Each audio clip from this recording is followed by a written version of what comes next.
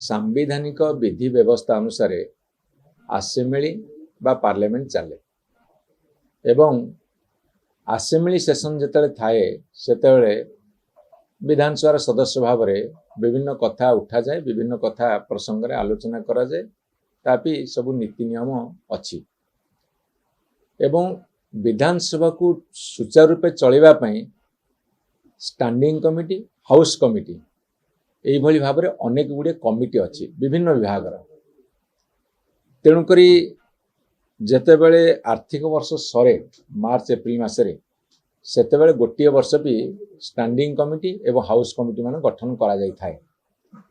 किंतु ओडिशा राजनैतिक गणतांत्रिक विधानसभा इतिहास रे प्रथम थर पे देखागला 3-4 मासे कमिटी गठन हो पारु नाही।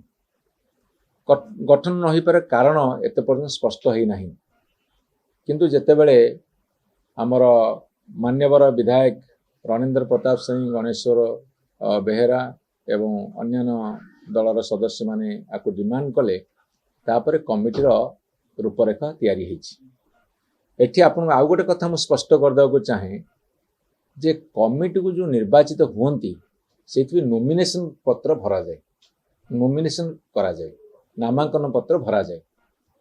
तेणु वर्तमान आपन जो प्रश्न रखुछंती किए को कमिटी गला, केमिति गला, किए कहा भी नॉमिनेशन कला, नॉमिनेशन रे किए दस्खत कला, किए प्रपोजर हैला, किए सेकेंडर हैला, किए प्रस्तावक हैला, किए समर्थक हैला, सेटा जेतेबेले जना पड़िबो जे जो बीजेडी 8 एवं कांग्रेस 3 जन सस्पेंडेड एमएलए माने अछंती से माने को दलरू गले, कहीं मो पाखे तो खबर नहीं तांको भी नॉमिनेशन किए देला।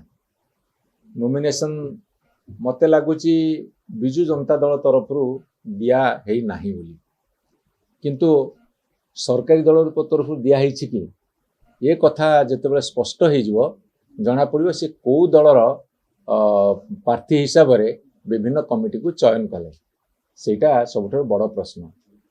से प्रश्नर समाधान हो जना पड़ सी कौ दलरू कमिटी सदस्य भाव में जाइछन्ति।